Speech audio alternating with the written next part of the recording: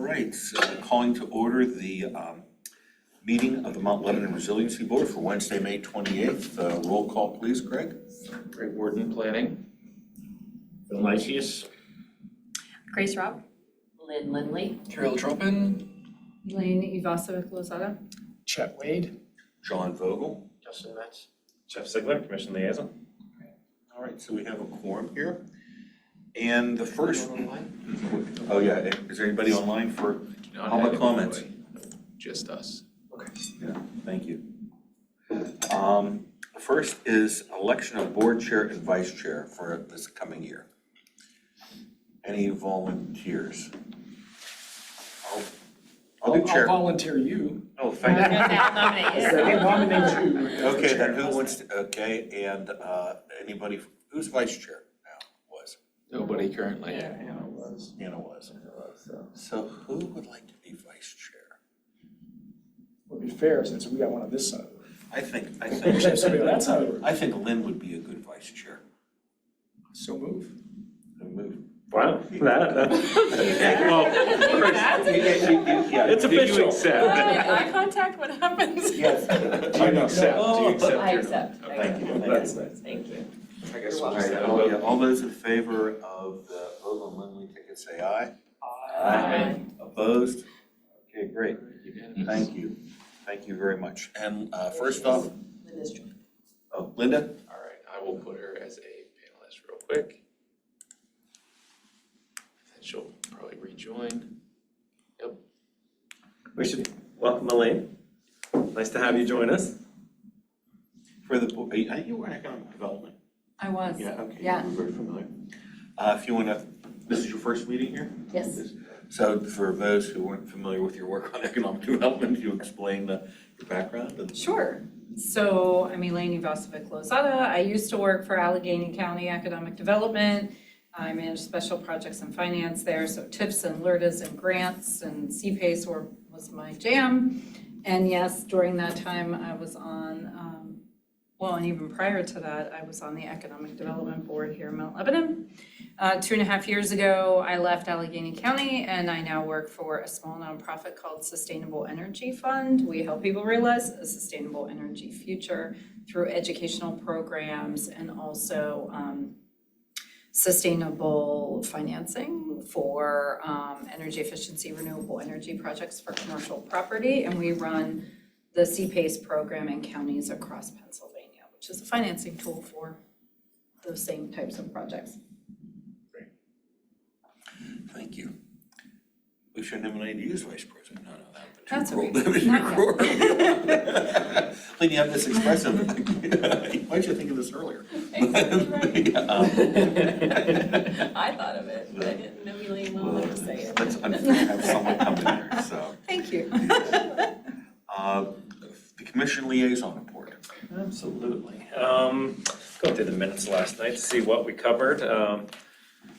In discussion session, we had some, our insurance got way more expensive because the problems over at the ice rinks. We talked about that. Why is that? Is it? And like, we lost the chillers last year. Okay. And so our insurance company's like, we're good without you all anymore. So we had that conversation. But we did get covered by the insurance. We did. Fortunately, it worked out. Good.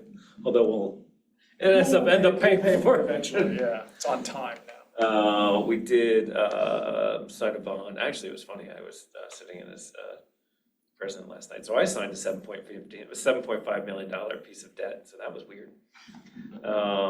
Swimming pool filtration, public safety center, HVAC controls replacement, tennis court reconstruction, municipal building HVAC upgrades, some tennis court lighting, pickleball court construction, tennis center fencing, and then the south garage. We're continuing to move forward on that. We're not everything is necessarily public on what's happening with the south garage. In essence, though, we're hoping to see a mixed-use development take place there, but working through some details, some other things. So, ultimately, we want to retain a certain amount of spaces that's in there now, but it'd be ideal to have a bit of a cool project go above that. So there's some limiting factors currently that we're working through, but things are looking good. So we'll see, but that'll be an exciting project. Excellent, excellent. And, you know, we passed a resolution supporting the PRT.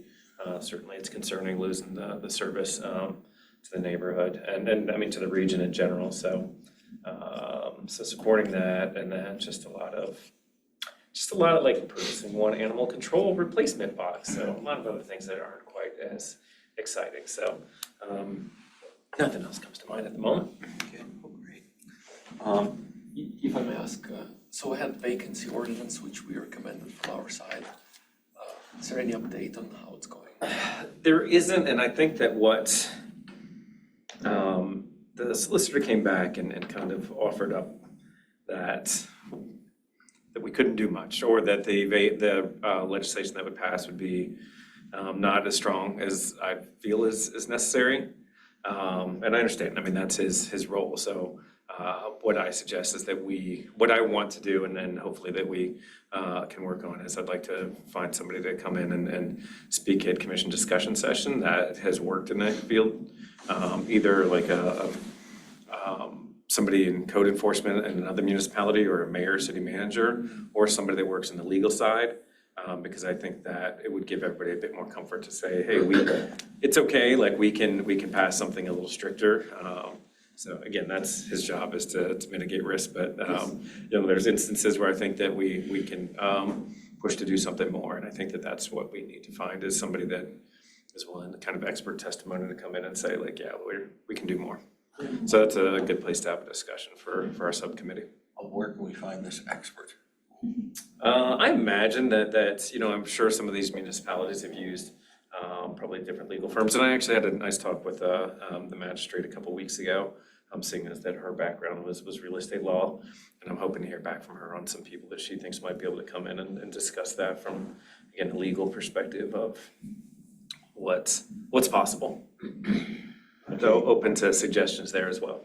Yeah, if Phil Weiss could set out like why he thought it was a problem, I would appreciate that. I can absolutely. You can ask Phil, and I think also as far as, if someone could, I know they deal with the vacancy, you know,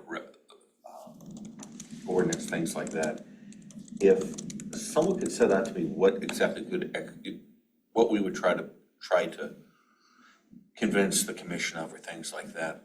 I mean, I have a couple partners in mind who I think, or if anybody here might be able to fit that bill, or they know somebody who might fit that bill, that would be great, because again, I have a couple partners. If you could just maybe put out to the group what would be good, what we could be looking for something like that. Yeah, if you don't yeah. mind, because in that way, we can at least circulate to get someone who, you know, might be able to explain to council, okay, here's the commission. Here, this is the other side of the story. Yeah, absolutely, because you know, if I recall, his response was saying, well, you know, vacancy can only be foreclosure, and I don't believe that, you know, that was his understanding, and I don't think that that's the case, and also that the max fine could be $300, and again, I don't believe that. Or I mean, we know that other municipalities have done different, so that's what we need to kind of square, is to understand, well, all right, how did you do something different? And so I think it's to give everybody a little more comfort, saying that this has happened in other places and that we don't need to be as concerned. Thank you. Yeah, if I could go on, because in that way we can maybe get our ducks better in a row. And I like Phil a lot, and I just don't know whether it was some visceral reaction to it, or it's like, look, this is, or if he sets it out on paper, so to speak, Yeah. at least we know, okay, this is the reason why. He's good at his job, but sometimes, you know, we have to push sometimes as well to do things. Well, you So- want this, I understand the things that are involved, and it's always tough to tell a council or commissioner or school board, no, you can't do that. And boy, it's worked for somebody who was a president of a school board, he said, you have to learn as a solicitor that you can't always, I'm not saying Phil's guilty of this, but you can't say no to everything. Right. So- I mean, that's right. I mean, that is the job in essence, to always automatically say no. That's easy. And at times it's like, well, no, sometimes we need to But this is I think always a fascinating conversation in these spaces, like at what point does risk mitigation kind of become more, and this is not specific to this, but like, at what point are we so afraid of risk that we can't do things that are right too? Yeah. So. I understand your feeling, and I get. I get the criticism, the same thing, so.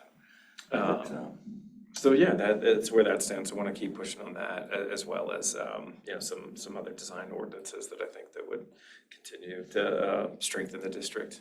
Thank you. Thank you. Quick little point of order, I don't know if we approved the minutes. Well, okay, from going there. Sorry about that. And we have the minutes out. I'm sure they've been reviewed. Will someone make a motion to pass the minutes? Grace does. All It's good those in you're favor say aye. Opposed? The minutes, they are passed. Thank you. Thanks. Great. Just don't want to make sure we don't lose I that. know.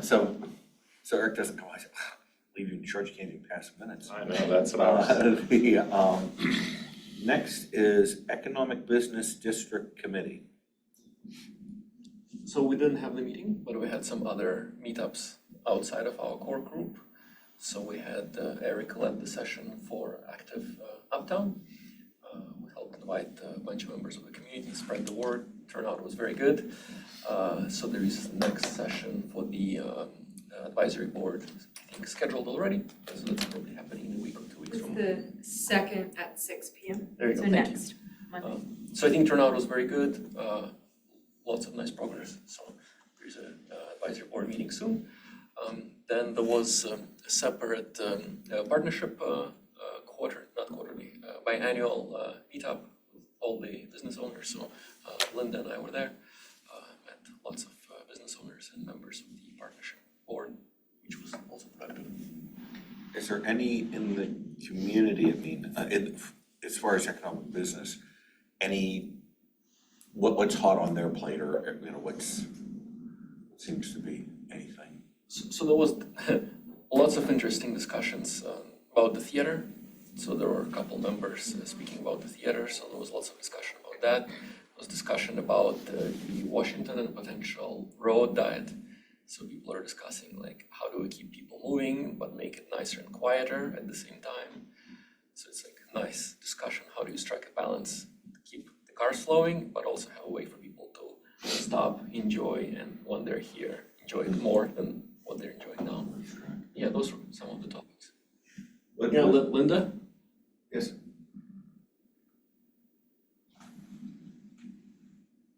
Linda, you're on mute? You can unmute yourself as a panelist.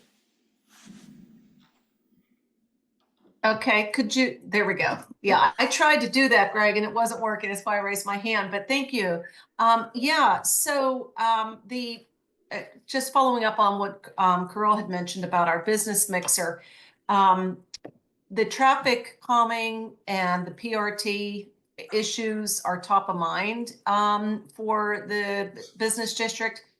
And as Carol mentioned with the dentists, and the partnership, the Mount Lebanon partnership wants to be supportive of growth, but also wants to be smart about it too. And so we're really tracking closely with John Delano and his board, what they're doing with the theater. And as it relates to the recommendations that our subcommittee made here 2 meetings ago that Jeff took forward to the commission in terms of zoning. So that's all, in flow and of interest to everyone. And then finally, I'll just give a plug for the Uptown Farmers Market, which starts this Saturday uptown. There will be 35 different vendors, as well as for the first time in Mount Lebanon, we're calling them corner cabarets or something like that, but it's local musicians, high school students, professionals who can, kind of do busking along the street. So we invite you all to join us. It'll be every Saturday from this Saturday through October. So just wanted to make sure to get that plug in there. Thank you, Linda. Yeah. I mean, with the theater, what are their plans, or what's been going on? I mean, John, I think since he's retired, has he been chair for a while, or is he getting more active since he is now retired? He's actually, he said he's gonna give it a year of really trying to get this off the ground. And they had, or they're having another event with the Historical Society, I believe, Phil or Grace. Yeah, I have to double check, but it is coming up, because I just got an email about the tickets for it. I'm pretty sure it might be in a couple of weeks or so. I'll double check. But I think Yeah. it's your fundraising thing, yeah. I mean, And I think everyone's been trying to offer him advice, and offer the board advice. And I know he has a couple of, meetings coming up with prospective funders. Locally, we had talked about, there are kind of some, affluent families that are like second and third generation here, some of whom have other theaters, that, they're looking to approach for some signature fundraising, and then to get it moving forward with the community from there. So that's their biggest thing, is really getting that fundraising, like the initial signature grants or signature donations down. And Jeff, you probably know more, or someone else here, Greg, might know more about what's happening in terms of building inspections and things like that.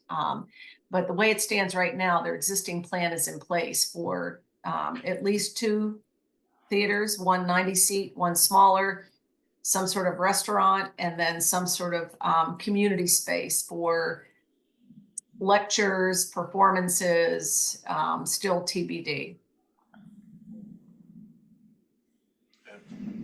because I know that this has been it's been a long-standing project, and I know that there are some in the community that feel that after 20 years or something like that, how much, how does it end? Although you can't really take away someone's tax exemption, or it's very difficult, and quite frankly, be very unpalatable in the community, even though there are questions as far as there hasn't been that much activity at the place in a couple decades. But I hope John's successful in that, and the rest of the theater boards. But thank you, Linda, for this. Anything else from the committee? Okay, next, Historic Preservation Committee update. Okay, well, I'm sorry to miss the meeting last month, but I was away at the Society of American Archaeology Conference, before that the Pennsylvania Archaeology Conference, and before that the Pennsylvania Archaeological Council, and got to attend a lot of forums and came away with a lot of not so good news about historic preservation in general. And so I've gone through a lot of this stuff that I've been dealing with and distilling what's significant just for this board. Because basically what we're going through with historic preservation is some processes that could lead to a death by 1,000 cuts. Not just this National Historic Preservation Act, but also the National Environmental Protection Act, which the two are actually pretty closely linked in many respects. A few things, just things that are happening I wanted to bring to your attention. One, for fiscal year 2025, for example, the federal funds for historic preservation have not been released at all. So that, for instance, all the funding for the state historic preservation officers, the federal funded competitive grant programs, some of which I know this municipality has applied for and gotten. If you were one of the people who were awarded one of those grants this year, your grant is on hold indefinitely. And that's a real problem, because the SHPO is, of course, basically for each state is the oversight for all historic preservation regulation and so forth. It has a lot to do with our historic district. That's a problem right now, but also for 26, right now, the president's proposed budget is basically going to eliminate the Historic Preservation Fund, except for him, down to almost nothing. And that will impact us in a lot of ways, because it'll also impact the state. These SHPO offices that do all this oversight, 40% of it's state funded, and the rest 60% is federal funded. If they don't get any federal funds, the state's got to decide how the heck they're going to keep this required regulatory agency, because by federal law, they have to have this agency in place to review all of, for instance, the National Historic Preservation Act Section 106 process, like the cell towers that we've been talking about here sometimes, or like when PennDOT replaced one of our brick streets with asphalt. Those all go through that review. That has to be done through that office. If it's not staffed, everything comes to a halt. And just to add context, I have friends who, age range wise, are close to me, both Ohio and Pennsylvania state SHPOs. And about 3 weeks ago, they were let go. Because pretty much anybody who they can afford to get rid of, who is a reviewer for tax credits or otherwise, they can't really afford to pay them anymore, so. This has happened across the country. Yeah. That's sort of what I've discovered, certainly at the national conference last month, at all levels. I mean, federal archaeologists are being laid off too. I mean, the people, a lot of folks related to historic preservation, with historic preservation jobs, are either on temporary layoffs or they don't know if they're permanent or not. And so this is, obviously a real problem. Another thing is that April 9th, there was a presidential memorandum to the executive board agencies specifically to identify and repeal unlawful or potentially unlawful regulations that exceed the agency's statutory authority. So it puts a lot of this, the regulations sort of in limbo right now over the next 60 days as these agencies now have been mandated to determine which ones they should keep and which ones they should get rid of. And determining the statutory authority for any individual agency is kind of a debatable, tricky kind of thing, I think. So that is also causing a lot of confusion and delay for a lot of federal agencies, including Interior, Park Service, and some of the ones that as an archaeologist I'm dealing with. More specifically, I mean, all this movement towards sort of getting rid of regulations and changing things has led to other entities to step forward. The CTIA, which is the Telecommunications Wireless Authority, basically has petitioned the FCC to exempt all cellular licensing activities for both NEPA and NHPA. So, for example, our cell towers on the embassy, which right now we're in the middle of the consulting party, the review of that, and so forth. Because that is, the reason they had to do that is the permitting process for their federal license. That would sort of go away. All of a sudden, they'd be free to do what they want. Now, we do have a local ordinance, which is a good thing. But if you've got the federal agencies basically determining that this does not have any impact, we lose any historical justification for our ordinance. We have to have other rationale for it if they basically try to get an exemption for their cell tower and decide to take us to court. So that's put it up in the air. So, I mean, there's a lot going on. There's a lot more, a lot of it more related to archaeology. But one of the things that occurs to me that certainly our Historic Preservation Committee needs to work on here is one of the things we have here as I keep telling people, I'm always surprised when they don't know, we have the largest National Register district in the state of Pennsylvania here in Mount Lebanon. It's a really cool resource. And it only exists because of all of these laws and these government agencies and so forth, right? So we need to invite congressmen to come and see our National Register District this August during their recess. We need to try to get DeLuzio at least, maybe even one of our senators, to come and see the significant positive impact of the National Historic Preservation Act on communities like ours. Because what happens is we forget we need to educate the legislators. They don't know. We haven't had a major debate about the Historic Preservation Act since 1996.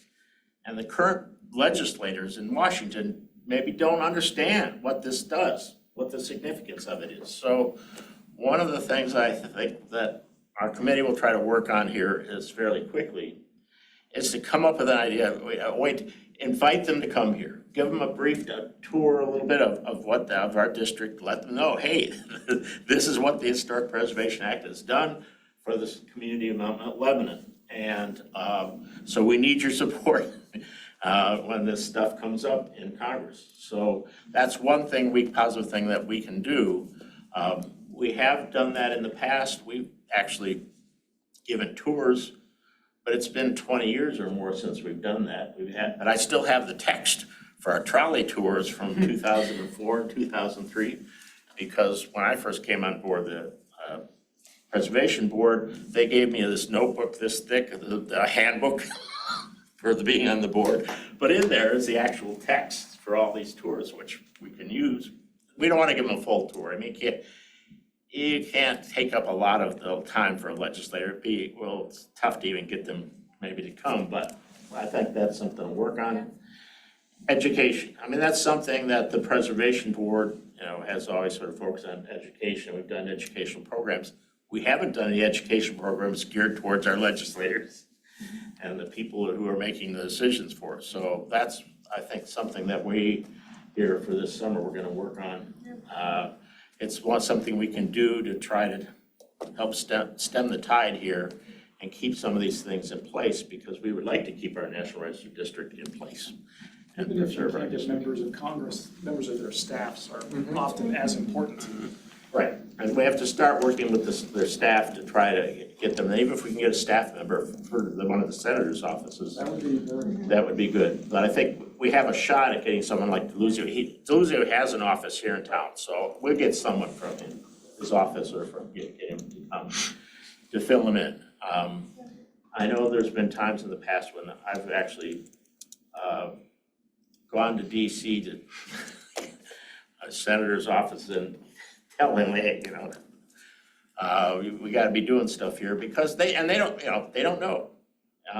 They're hard, they might think, yeah, this is a good thing, but they don't know why it's a good thing, right? So it's kind of up to us, at least locally here, to let our legislator, particularly our rep know, and his office know, and hey, this good stuff comes from this. So that's my quickie report, trying to sum up a month's worth of meetings and forums. And 1,000 death by 1,000 cuts. And that is what happened. That's what happened to the state history code back in 1997, Act 76. We used to have a state history code that was somewhat similar to the NHPA. And basically they didn't get rid of it, but basically they said, well, okay, the proposals for projects don't have to fund anything. It becomes the state's responsibility, and the state has 30 days to resolve it, which was almost impossible, I know, in our terms of archaeology, because of course, the state didn't have the funding to going out and be doing archaeological surveys or structure surveys, determining what's going to be impacted by the projects, how that you deal with it. I mean, these things take time and money to ensure that something is significant, whether it needs to be preserved or not. Things went crazy, and basically that sort of all went away. So state-funded permitted projects, there is no historic protection for any of those types of projects any longer. And that happened, we fought that for several years, but it was kind of a death by 1,000 cuts. It started by basically not getting rid of the laws or the regulations even, but changing how they operate so that they couldn't operate basically. That's kind of what's happening here when you start by withholding the funding. Yeah, you were mentioning about how, are these regulations absolutely necessary? And it's kind of, at least initially, what tends to happen is that we got an executive order from my work in schools saying, are you comply, almost like certifying your compliance with the civil rights laws. Tell us, well, it's like, well, depends what your definition of whether it's an appropriate reach or not. And it's like, oh yeah, it's an appropriate reach, and then just see what they'll do next. But it's unfortunate that a lot of this stuff's happening. Anything else for the Historic Preservation Board? That will keep us busy. Wonderful. Sustainability and Local Ecology Committee. Two things. we've talked in the past about interest at the commissioners level in a long-term project to have underground utilities in Mount Lebanon. Of course, we had a pretty rough experience now, about a month ago, with the storms that came through, knocked out power to some homes and businesses for more than a week in some instances. So I've gotten back on that. I've had a virtual conversation with Rudy Sokol, the Director of Public Works. There are discussions that the township engineer is having with Duquesne Light about this idea. What would happen is it's very expensive, obviously, to come in and do undergrounding now that the lines are up. But there are communities that have a policy that when they rebuild streets, not necessarily when you come in and just mill and repave an asphalt street, but when you rebuild a street, you install conduit. So that at some point in the future, you can convince the utilities, not just the electric company, you have to get them all to install their cables underground. It is less expensive than doing it, right in the midst of tearing up a street, but it is not without cost. So Rudy has left me a message saying that he's working on getting Duquesne Light to come visit us to talk about what their view of this is. I don't know any details as to whose dime all this would be under. Like I say, it's not cost-free, but it is far less expensive. So I'm hoping to hear again from Rudy soon about some time when they can come visit us and talk more about that topic. And you can expect to hear from me an item on the agenda for next month. I think we talked in the past about stormwater runoff. That's one of our purviews. There are obviously big projects we can't really weigh in on, multi-million-dollar storm sewer issues. However, we can do things to attenuate some of the runoff. Mount Lebanon has two programs that homeowners, resident businesses can get a credit against their storm sewer charge. One is for a rain barrel, one-time deal, and I forget the amount of money. The other is a much larger project that requires a professional engineer's sign-off.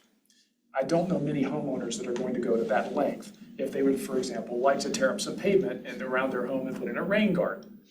Now, there are communities, including the city of Pittsburgh, who do offer benefits to their residents and businesses if they have smaller projects. So I'm doing some research on that, and we'll come in next month with a proposal to have something to move forward to the commissioners to say, let's come up with something that's in between to encourage people to remove some of the paving. And we have a lot, we all love sidewalks, but we also have lots of other things that are paved that maybe don't need to be. So you'll hear from me on that next month. And third, Mr. Chair, we could use a third member on our committee, just a reminder. Okay. That was an excellent update. Thank Pardon you. me? Excellent update. Thank you. It was.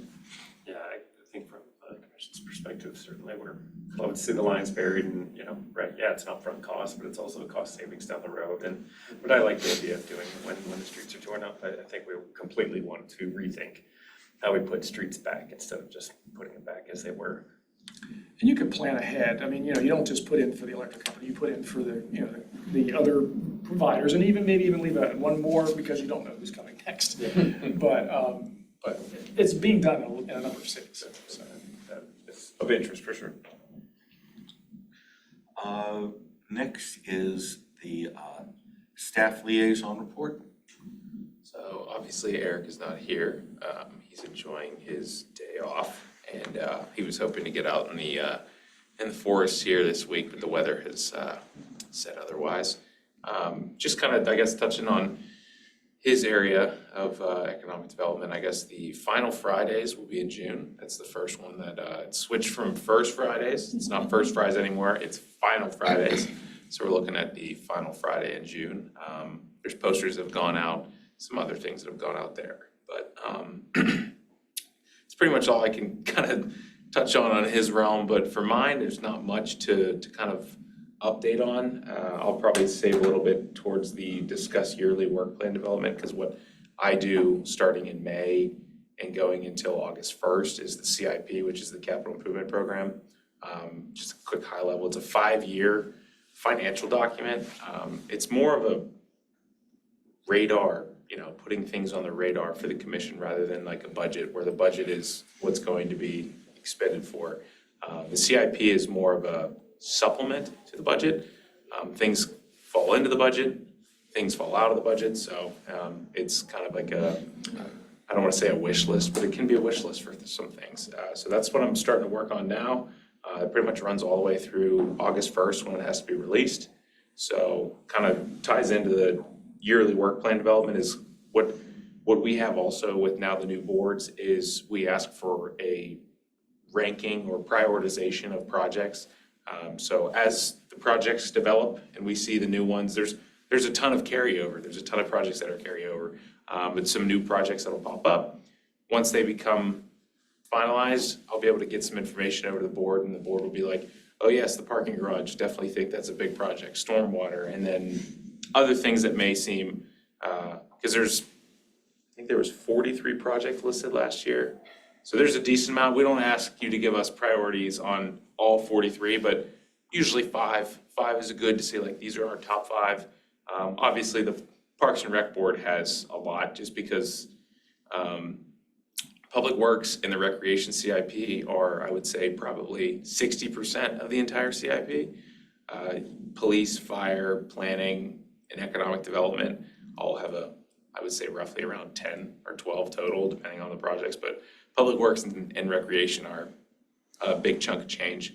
And like Jeff mentioned in their bond issue, the fencing, the lighting, the tennis center, the ice rink chiller, those were all previous CIP items that have been funded, so those will come out, but there's always things that are popping up. So a little bit talking more in that, when we get to that work plan development, that's kind of what it goes hand in hand with the CIP. So, but that's pretty much it on my staff liaison report. It's always fun, usually, when May rolls around. People start thinking of projects they want to get done over the next 5 years, and it's kind of interesting when we see what projects can be pushed out a couple years and what projects, because every department, would love to see their project done in the year after, but when we have to push them, it's like the gladiator. It's like yes, no, yes, no. So it's interesting, but there's always fun projects to see that come up, and it's a big chunk of change. I think we did in total of all 5 years, because each year goes 25 to 29. Now this is 26 to 2030. Wow, surprise! Looking out in 2030, but there's 30-some million dollars in total projects that are to be funded and stuff over the course of 5 years. So, but it's interesting stuff. So stay tuned. I have a question. Sure. So one of Eric's projects is Activate Uptown. Are we planning to line up some of the requests for budgeting already? That's probably something that Eric will include in there. The Activate Uptown was a project that was funded for 2025. It's for the design, but I'm thinking actual work, getting stuff done. Definitely. I think after all these workshops are done, that's pretty much gonna be played into the CIP.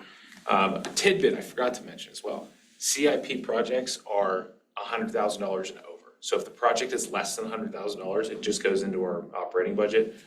So if you think a project may be good for CIP and we aren't doing it until 2027, if it's not $100,000, we just kind of postpone it and put it in the budget. But and then that's the nice thing about our budget as well, is we do the line item budgeting. So if something doesn't make the cut that one year, it can make the cut the next year. So it's all about good, solid financial planning, and shout out to our finance department for doing that. So I just wanted to remind everybody that Tostique, their grand opening is June 7th. Yeah, next Yes. Friday. June 7th. Thank you Next for the Saturday. reminder. Next Saturday. Saturday. Yes. Next Saturday? I'll be there. 8 a.m. At 8 a.m. I don't know, At 8 school. a.m. The first 100 guests will receive $50 in Tostique reward dollars with a $10 purchase. So mark the calendars. A question on there, and I don't know if Greg, Eric would be the one who usually do that. The place that's next to the theater, where the bakery was, you see the shoes, what is going on there? It's an Italian leather. It's Italian Is it leather. open? They seem to be open. To my knowledge, it's not open. I walk past it every single day, I because walk my past it. walking path goes past there. And there's a sign on the door that is handwritten that says, something about like, they hope to open soon. There's like some permitting things, or like other things they're waiting on, like shipping and things like that, but it's not open yet. Hmm. No. It looks pretty open now. did. Oh, wait, maybe as of like the past couple of days. Oh, it looked open today, there's a sandwich board out there, Well, so I'll have to there you confirm go. it there, I'll have to confirm it When there. it's been raining. Oh, that changes everything. So there you go. But yes, that is like an Italian leather, shop, Nice. so Looks yes, nice. it looks very nice, but I'll have to ask Eric. Anything else that when you're walking by, I would tend to walk Washington Road a lot too, it's like, what else is going on being down where Bado's used to be, what it- Oh, F and F. F and F. F pizza. Their renovations It's should be, changing. Yeah. The exterior is Slowly but surely, changing. they're getting so there. this summer it should be open, but looking I good. swear I saw a news It article, is they talk looking- about F and F in Brooklyn or wherever it Yes, originates from. yes. So that'll be cool. What are the discussions about parking around there once that opens? Because it's kind of a Festival. premium already. I'm gonna leave that up for Eric, cause I know he's had some discussions with the business owners, and I don't wanna misspeak on anything, cause I know that it's somewhat of a, There is some Intense subject. various opinions on what should happen over there. There are some business owners that would like to see additional parking made available. That's pretty difficult. There's some thoughts about changing some policies in the area and some various things that can be done, but there's somewhat limited. Yeah, I mean, I'm just curious if there's any ideas, because it's just, Any it's gonna be a Pittsburgh challenge. neighborhood, I feel like half the restaurants you have to park on the residential street in one. Yeah, Maybe they can offer a discount for the summer for people who walk there. Good idea. there's, there's something Free there where, toppings and or it ends up being something. self-fitting because a lot of times, like, my wife will go out in the morning Saturdays and it's like, oh, stop by Coffee Tree, get a coffee. You can't park there. There's just, she'll say, okay, I went around, the third time and that's it. It's Yeah, and so it just gets, a good problem to have. it is, in a while, it's like the law of, it's better than having a sea of parking. And no businesses, see Century 3. Right. But yeah, let's see, old business, student liaison report, is this your last time here? No. You're never leaving us. I didn't realize his term's longer than ours. So I'll leave graduation for the last bit. One senior and a junior girl basketball players were named to the all-section. Let's see, one of our juniors participated in the April Financial Literacy Stock Market Game, and he finished in first place for the Northeast region in the nation, and he got a 220% return on stocks. So, pretty good for him. The forensics team competed at the World Tournament of Champions at the University of Kentucky, and 2 students placed 9th in the nation for duo interpretation, and 1 placed 12th in the nation for oral interpretation of literature. And then, let's see. So for volleyball, 5 students were named to the first team all section, and then 3 were named to the second team. And then the girls lacrosse lost in the quarterfinals in the class 2A. So that's kind of sad to Quaker Valley.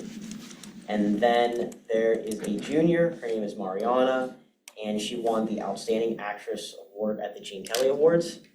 And she's also performing in the world premiere of Madame something French, a revolutionary musical at the Benedum Theater from May 29th to June 8th.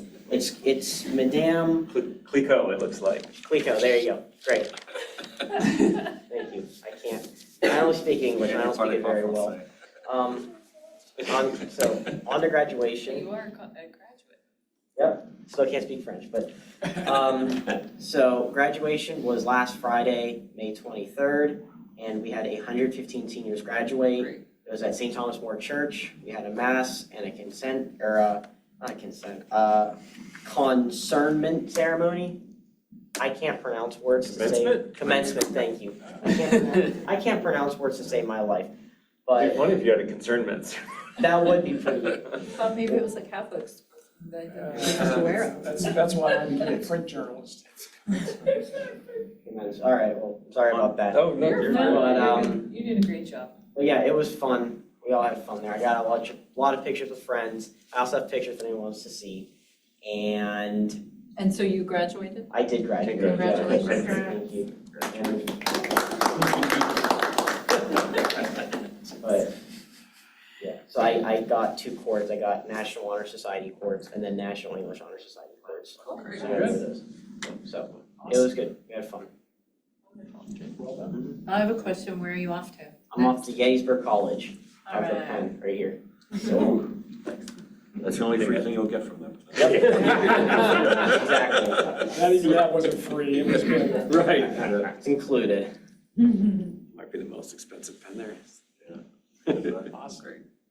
All right, Oh, good. so Good. And you're here till August? I think so, yeah. Good. Let's see, moving along here, the old business, discuss yearly work plan development. So I'm gonna keep that pretty short. It's somewhat of what we did last year, as we formed a new board, is kind of looking at the recommendations in the comprehensive plan, kind of reassessing where our subcommittees that are now formed and established is kind of like where the subcommittees are gonna be looking at and what focuses they'll have. And that, like I mentioned, that'll kind of tie into the CIP as those projects come about, to see if the subcommittees can kind of provide any input or assistance on certain projects like that. So, but yeah, that's pretty much it. I know it's an ongoing thing as subcommittees meet and things like that, but I think Eric will have a little bit more direction on that if needed. But it's pretty much the same thing like we did last year, taking a look at the recommendations in the resiliency chapter and just kind of seeing what can we tweak and what can we expand on. I know the Activate Uptown's been a big project that has been going on, but up to the economic development subcommittee, but that's pretty much that's what I got. So last year it took us a while to go through norming and forming stages, or storming first. I hope we go much quicker this year. So maybe subcommittee divide the work and make progress by themselves. Is, because I think last year, one issue is when we started off the board, Eric would, and I know Eric has the vacations, but he's allowed to take time off, but I'm just hoping that, and when we try to do this, because that was a disadvantage, I thought, for the first few meetings, that Eric just wasn't there. So, is that going to be the same? I don't foresee it. I don't think he's had anything that's coming up and planned, but It wasn't, he'd have a vacation, then it was like, I think a couple conferences. Yeah. And so that's. but now I think that we're kind of have our subcommittees established. It'll be a little bit more, I don't want to say independent, but obviously staff is always willing to assist on things. But If we plan on that way, it might not be horrible if we had to move a meeting date. That's all I'm just saying of the board, but that would be a secondary concern. But all right. So out of anything else under the old business? We have, no, not that I. Earl, did you have anything else you wanted to add on that? I'm sorry, I didn't mean to cut you off. Oh, no problem. Just one idea, in one of the boards in the previous city where I lived, we had a retreat once a year, which is just a meeting in a different place. And it was purely for planning purposes, where you could do just high throughput discussion, a lot faster to brainstorm, and you could take 2 hours to brainstorm what do you want to work on. I thought it was very productive, and it was kind of the annual rhythm of the board. I don't know if that's something that's possible, something of interest for our board. I don't know if, I don't know how thrilled, or we would get the money to go to. It was just the government building, different part of town. It's just the saloon. Yeah, that would be, even something there, Panera. But if you want to have that in, Greg, maybe make that agenda item or suggestion for Eric, that, we may want to consider that. Who knows, maybe it's late summer, early fall, I don't know, but at least something like that, because then, it's an ideal where I think a lot of times if, it may be a Saturday, something like that, just, a morning or something like that to do that, so, yes. We do have the issue, though, that if we meet as a quorum, we have to be recorded And advertise. and advertised. Okay, but the Public. thing is this, We if you can't do go off by ourselves and secretly plan for the year. No, I see, they have things where you have, if you do, like, a lot of times you're not deliberating on agency business. And so I don't think that's an issue. And also with that, I know that boards constantly, they have retreats.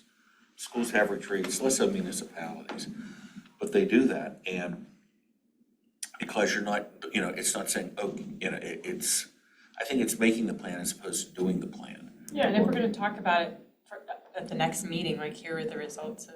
Yeah, I don't think that necessarily would be the case. Because again, I know from because it's really not, you're not discussing deliberating agency business for the purpose of making a decision. And so Or it's policy. policy, yeah. And so you're not trying to do, it's not like saying, okay, we're gonna do something. We agree that we're gonna hire a consultant to do the south garage or something like that. And I also know that Phil has this thing, I would say, because I think and I should write him about that, because he has this belief that a lot of times some of the stuff we do is subject to sunshine. And so I may be misreading what's the committee or what's the subcommittee. It's kind of like the same thing. In theory, what happens is if the three of us, if someone meets in a committee, that's a regular subcommittee of a board. But no one, I don't think we could ever say that, yes, this is something that whenever, when group meets at Uptown Coffee, that somehow transforms itself into a public meeting. So I think that, so I'm less worried about that, but let's see if we can do something about like retreat and that, so we avoid sunshine. But that's a good point. It's a good point, Phil. And the goal is not to avoid it.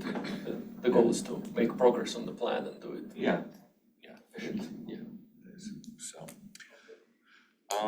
is on there, anything else, Carl? Yeah, Phil. It occurred to me, I should have brought this up during my report. I think I need to have you guys, we have to have a vote as to whether we want to contact legislators, because I can't start calling legislative offices representing Mount Lebanon without a vote from this board and I think approval from this commission, right? And this is related to The historic preservation, and inviting them to let them know about our historic district and the benefits of the Historic Preservation Act for our community. There is a question whether that can be done via the advisory board on behalf of the municipality. On the other hand, I believe so that's something I need to find out the specifics of, and Ian would know, but on the other hand, I think that it doesn't have to be done on behalf of the municipality either. I think I don't think it necessarily has to, it doesn't have to be that formal, Well, but it would be probably understood by the legislative office that I was representing the municipality if I called to give them this invite. Because I'm gonna tell them that I'm on this board, not just that, I'm just some citizen who would like to have you come visit me.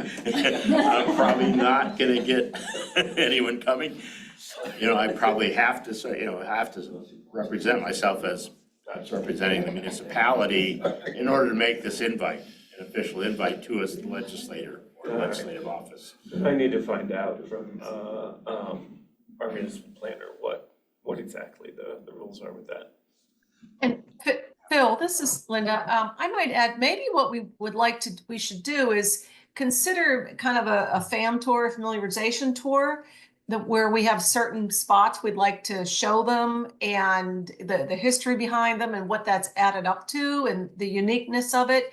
But, kind of get an agenda together and, whether fall's the best time or what the best time frame might be. And then, put together an invite list using the local staffers as our go-to for the state and federal legislators. Right, and I was only suggesting that, yes, it's benefits the municipality, but it's also in their best interest as legislators to do this. It's, it's good for them and their district. Well, the timing is, we gotta move quickly, because actually what we wanna do is August.